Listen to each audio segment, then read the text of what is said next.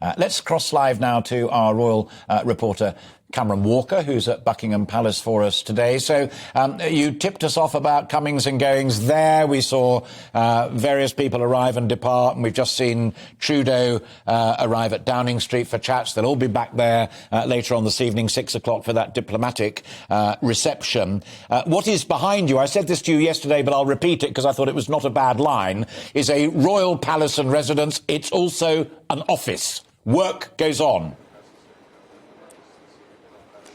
Yes, it's very much a working palace, Alistair, and in fact His Majesty the King is using Clarence House still as his personal home, as it were, and coming here to Buckingham Palace to do his official business. Last time I spoke to you, we saw the King arrive at Buckingham Palace for his various meetings this afternoon, followed very shortly after by Liz Truss, the Prime Minister, who I believe is now back in Downing Street because, as we just saw on our televisions, Justin Trudeau, the Canadian Prime Minister, has arrived in Downing Street for talks with her. Right now, the King is having an audience with a number of Commonwealth Prime Ministers, including the Prime Minister of Tuvalu, the Prime Minister of Antigua and Barbuda, and the Prime Minister of Papua New Guinea.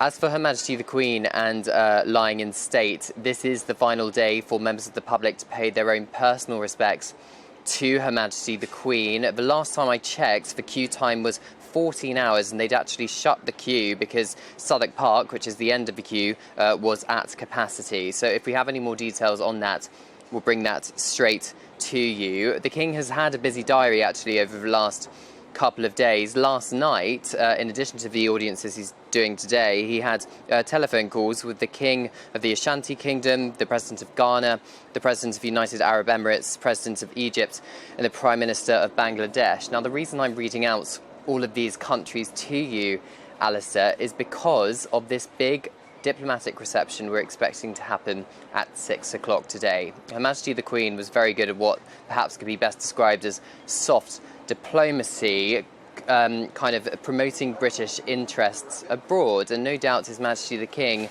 and the rest of the royal family, and indeed the government, are very aware of the power the monarchy has with bringing different countries together. So that's exactly what we're going to be seeing tonight here at Buckingham Palace. We know that President Biden of the United States of America is already on UK soil. He arrived last night. We just saw Justin Trudeau, and there's various other world leaders going to be there tonight, as well as other members of the royal family, including Her Majesty the Queen Consort. No details as to the other members of the royal family. When we have that, we'll bring that straight to you.